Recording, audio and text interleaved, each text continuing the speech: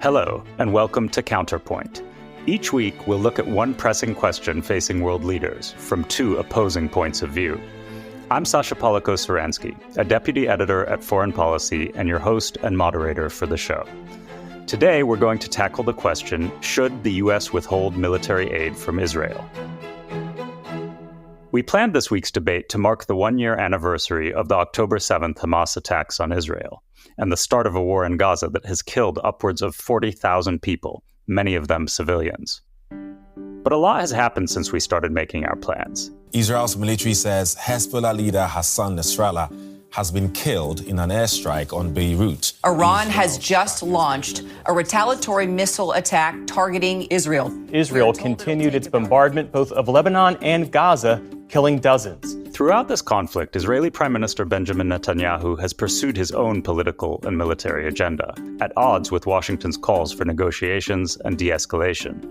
Yet the flow of American arms has continued. Israel receives about $3.8 billion in aid annually, more than any other nation, and an additional $14 billion has been requested since last October. This has become a big debate in Washington, with proponents arguing that this aid is essential to help a U.S. ally defend itself against enemies who seek to wipe Israel off the map, and opponents, like Senator Bernie Sanders, saying that Israel is using U.S. weapons to kill civilians. Israel has broken international law. It has broken American law. And in my view, Israel should not be receiving another nickel in U.S. military aid. But over the weekend, Netanyahu issued a strong rebuke of Western leaders pushing to end the flow of arms to Israel. What a disgrace. Well, let me tell you this. Israel will win with or without their support. But their shame will continue long after the war is won. For in defending ourselves against this barbarism, Israel is defending civilizations against those who seek to impose a dark age of fanaticism on all of us. Joining us to argue that the U.S. should withhold military aid to Israel is Sarah Leah Whitson, Executive Director of DAWN, an organization working to reform U.S. foreign policy in the Middle East. Welcome, Sarah, and thanks for joining us. Thanks for having me. And to argue against the U.S. withholding military aid to Israel is Dennis Ross, who was Washington's point person in Middle East peace negotiations under two U.S. presidents. Welcome, Dennis, and thanks for being here. Sasha, good to be with you. Thanks.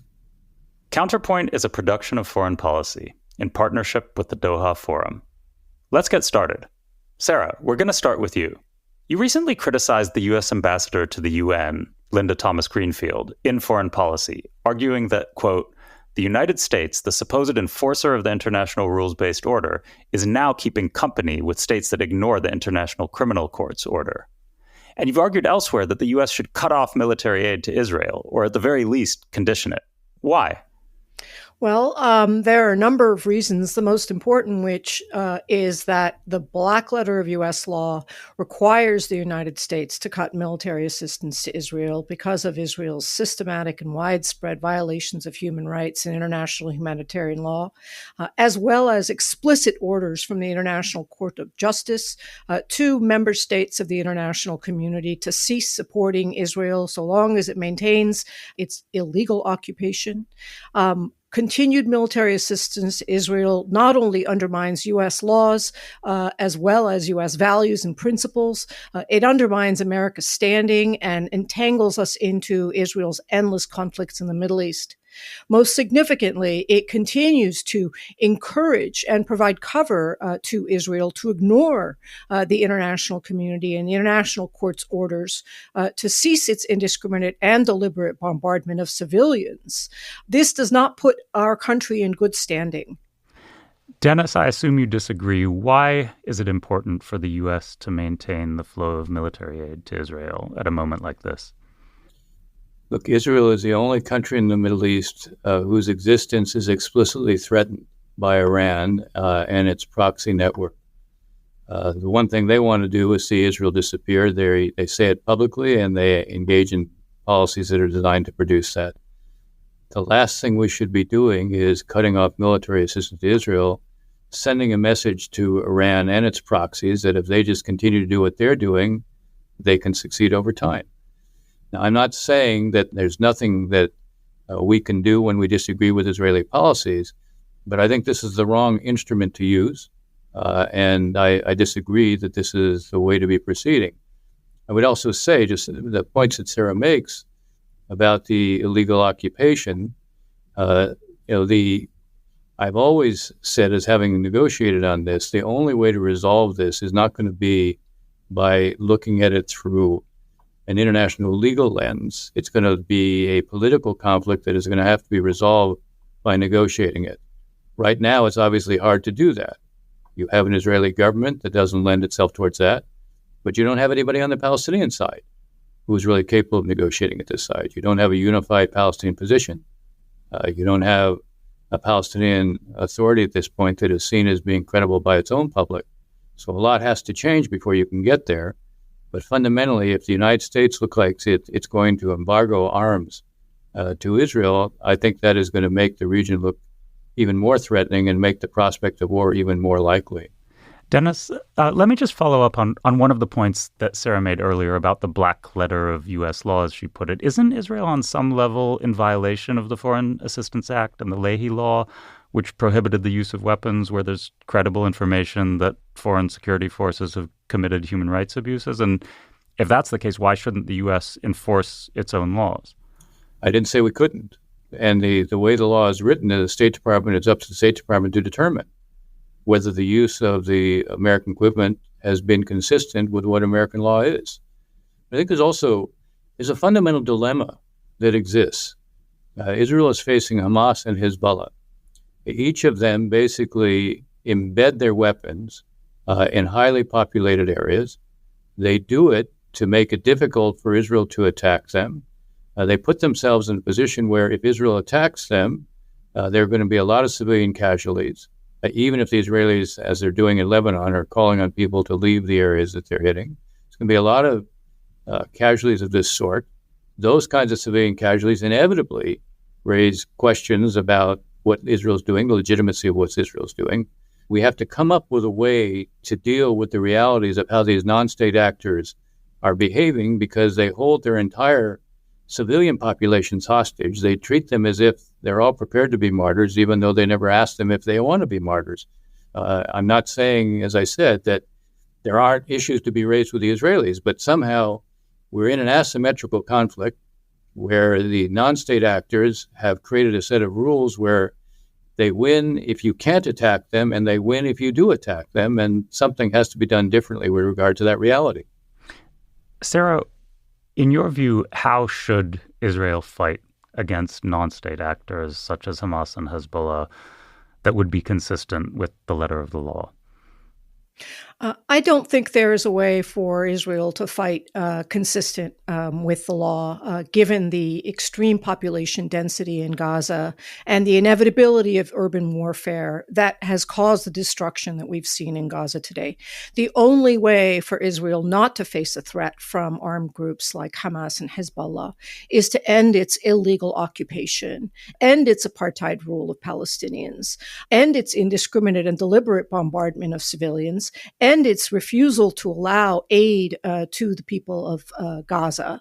And then the armed groups will have no reason to fight Israel, will have no reason to resist the military occupation and the apartheid rule. Israel will never find itself in peace. It will be playing a perpetual game of whack-a-mole, and armed groups will continue to rise up for the simple reason that you cannot keep people caged and under oppression indefinitely, indeterminately.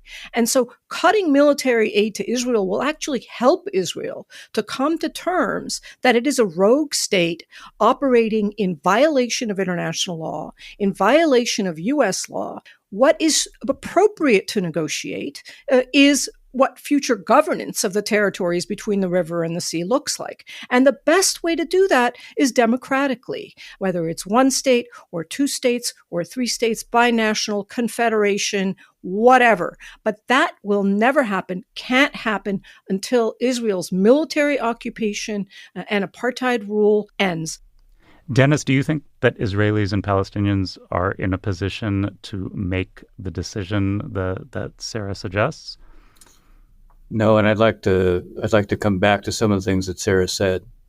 First of all, having negotiated throughout the 1990s, every time we were making progress, we got a bomb from Hamas.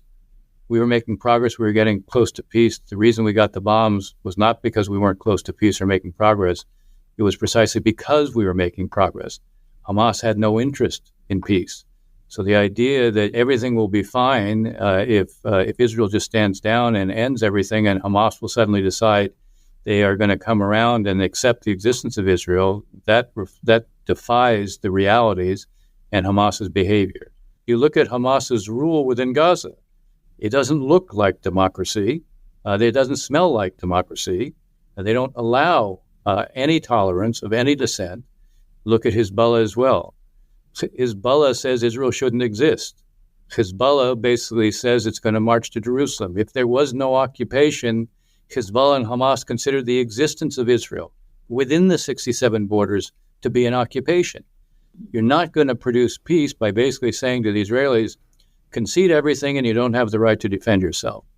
Dennis, let's talk a little bit more about U.S. policy toward Israel and toward Netanyahu specifically. Do you believe that the so-called bear hug strategy that Biden has employed toward Netanyahu has failed? And if so, why not use U.S. leverage in the form of military aid to put more pressure on him?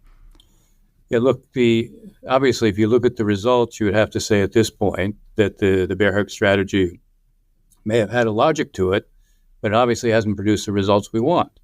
Now, the question is not whether the U.S. has leverage. The question is how to use the leverage that we have. There should be a kind of conversation with the Prime Minister that basically establishes and recognizes what he himself says, that Israel is a sovereign state. It has the right to do what it feels it has to do to defend itself. But our conversation, at least in private, at least to start in private, should be, we're also a sovereign state.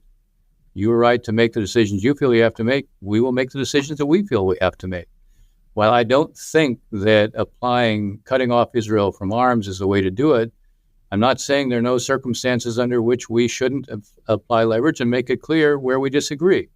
I would not, as an example, would necessarily give the Israelis a blank check when it comes to the Security Council. We can make it clear there are circumstances in which we won't protect them in the Security Council. That's another way of making it clear that we're prepared to exercise our leverage. I'm not saying when Israel is doing things that we disagree with that we're powerless to do anything. But I think using arms as the leading device, or at least making an embargo, I think that will send the wrong message to Iran. Iran, Hezbollah, and Hamas are about no Israel. The idea that the Jewish people don't have a right to self-determination is not the way to resolve this conflict.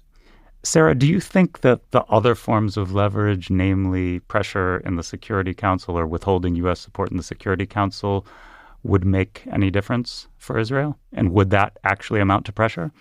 Yeah, it might make a little bit of difference. I'm not sure because Israeli leadership is completely unhinged.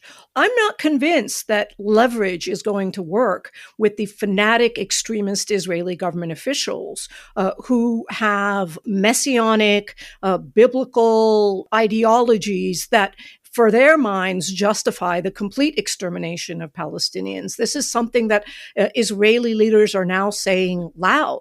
I'm not convinced that there is true leverage to be had with this regime. And I've also seen over the past year how Netanyahu has consistently thrown the Biden administration under the bus, most recently agreeing to a temporary ceasefire proposal that the U.S. put forward, only to have Netanyahu the very next day humiliate the Biden administration by saying, change my mind, don't agree. So no, I'm not convinced how much leverage is going to work. I think it would take a lot more than that. But I think we have to be clear. Continued provision of weapons to Israel is supporting Israel's atrocities, is supporting Israel's criminal conduct, is supporting its illegal occupation, is supporting its war crimes of expanded settlements, continued illegal annexation. That is what's abnormal. That is what does not comport with U.S. law or international law. That is what is harming American interests. Good luck prosecuting your war against Ukraine when people can see very clearly that those same rules of the international rules-based order, those same rules about acquiring territory by force, they don't apply when it comes to friends of the United States or one particularly friend of the United States, and that is Israel. Dennis, you've been in the room with Netanyahu, presumably on numerous occasions. What would you do in Biden's position right now, or if you were working as a negotiator? What would work with Benjamin Netanyahu? Look, I only think at this point there's a body politic in Israel, because the psychology in Israel has been no one provoked Hezbollah, but Hezbollah immediately began firing rockets into Israel on October 8th. 60,000 people have been removed from their homes. Metula and Kiryat Shmona have been largely destroyed. So there's a pent-up frustration that something has to change in the north. Netanyahu therefore is operating in a certain context. I don't agree with what Sarah said. There are messianic nationalists in his government. That's a fact. People like Ben-Gvir and Smotrich, they're messianic nationalists. But the idea that all of Israel is that when 70% of the Israeli public doesn't want Netanyahu to run again, when 3/4 of the Israeli public doesn't trust the government, when you had demonstrations where 300,000 people turned out on the street almost immediately in the aftermath of the killing of 6 hostages by Hamas, Netanyahu is being affected by the current political reality. There's not a simple way for this to end. Iran's strategy towards Israel is, to use the words of Qasem Soleimani, were to create a ring of fire around it. The strategy has become bog it down in wars of attrition. They believe, the Iranians believe, Hezbollah believes, that Israelis will simply leave, that it won't be sustainable. Well, they're wrong, but also the idea that Israel can continue to fight these wars on all these fronts, that's also wrong. So there has to be a way out of this, and I think we have to become more public. You can make it clear. We had understanding, then the Prime Minister walked away from it. The idea that we can snap our fingers, I don't know anybody who simply responds to us when we say do X or Y. But you can create a climate. If we make a commitment to Israel, we'll live up to it. It can't be the case where Israel makes a commitment to us and they don't. So that's the way I would start that in private, but I'd be prepared to say it in public. You're listening to Counterpoint. I'm Sasha Polakow-Suransky. We'll be right back.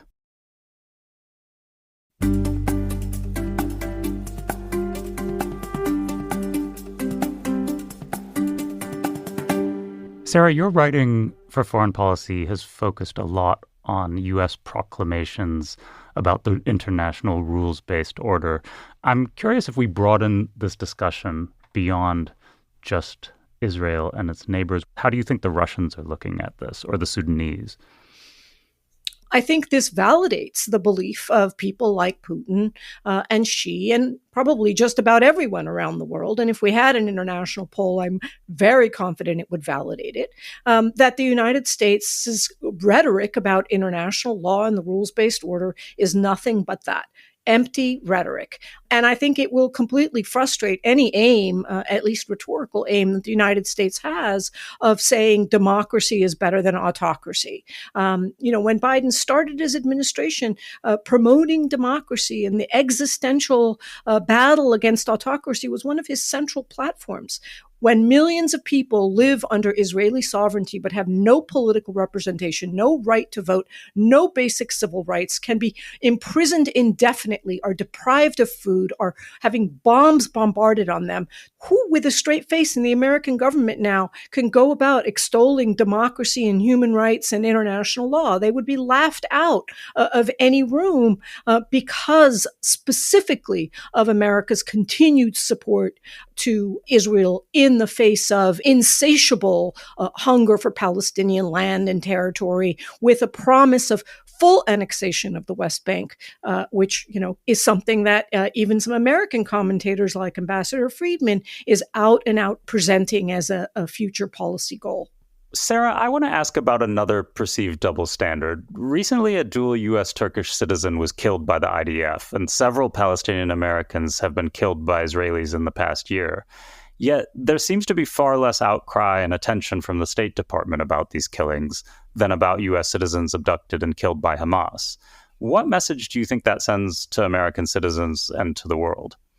Well, it's very obvious. The message is that some American lives matter more than others. American Jewish lives are to be mourned and wept, and declarations from elected officials are posters and banners. But when Americans of Muslim origin or Palestinian origin are murdered, ho-hum, they deserved it. It's their fault. And by the way, we don't even know yet how many American citizens have been killed in Gaza. We don't have the full death death toll.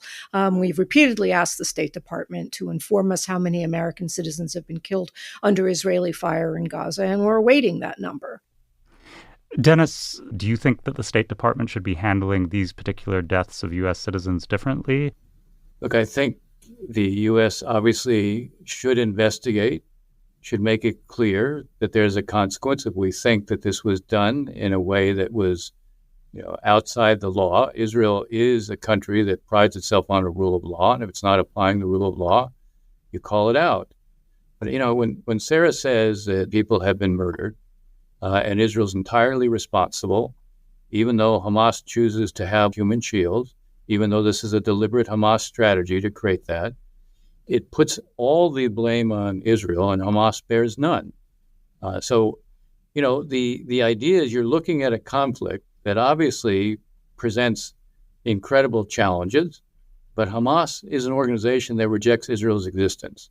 So, yes, we have to operate where we see the Israelis doing things they shouldn't do, but they're also operating in a context where they're facing those who reject their existence. And what we heard Sarah say earlier, basically Israel just has to accept that. Sarah, how do you think Israel should respond? In terms of Israel, like I said, I don't think there will be a way for Israel to fight a war, to deliberately and specifically and narrowly target only fighters and combatants because of the manner in which the population is intermingled in the territory. Does that mean it's hard for Israel, if not impossible, to fight the war lawfully? Yeah. It does. Tough luck. Does it mean it's hard, if not impossible, for Hamas and Hezbollah to fight lawfully, specifically because they don't have weapons that have precision-guided capabilities and are able to discriminate between military and civilian targets? Yeah, it does. Tough luck. But Sarah, what about Dennis's assertion that Hamas is using Palestinians as human shields? Well, it will be good to address one of the points that Dennis has made here today and repeatedly made in other writings. And I think it's worth clarifying that international law does not prohibit having military personnel, military equipment in civilian areas. The rule is that parties to a conflict should avoid putting their forces and military equipment in a way that endangers civilians to the extent feasible. And the reason the words "to the extent feasible" exists in the law is because it recognizes that urban warfare is not always avoidable. If your cities and towns and villages are under attack and under bombardment, of course you have to fight from the cities and towns to defend them. If a hilltop in a city gives you the best vantage point and there is no other feasible alternative, you can have your military forces and equipment there. And that's exactly the reason why Israel has its military forces, its equipments scattered throughout civilian areas in all of Israel. So this is not a unique fact of where we find weapons. Has Hamas violated this prohibition in many instances to avoid endangering civilians by putting its forces and equipment in civilian areas? Yes. Has Hezbollah done it? Yes. Is that human shielding? No. Human shielding means deliberately using civilians in order to protect your own forces from attack. This is something that when I was at Human Rights Watch, we investigated extensively in the 2006 war in Lebanon and the 2009 war in Gaza over and over again. And what we did find was that Israel, in fact, had repeatedly used civilians as shields, strapping Palestinian civilians to their tanks while they were carrying out incursions, using Palestinian children to knock on the doors of suspected Hamas fighters, and many other instances of actually using human shields. So please, let's avoid being sloppy with that legal language. Dennis, it sounds to me like you're arguing that international humanitarian law is inadequate when it comes to dealing with non-state actors like Hamas and Hezbollah. What other standards or methods of accountability are needed then? Look, I think it's an important question. I said earlier, I think that the Israelis faced a cruel dilemma. International humanitarian law does permit attacks against areas where civilians could be at risk, but the objective is to minimize the risk to those civilians. That's what it's required.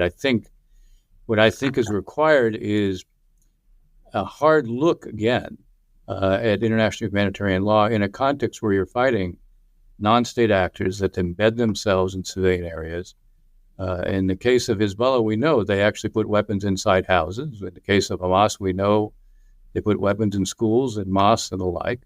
International humanitarian law was created in a circumstance that seems to focus more on the issue of conventional war, state to state. And I don't think we've fully taken account of what these wars begin to look like. So somehow we have to do more in this regard, or we have to find ways to more credibly raise the cost of the non-state actors.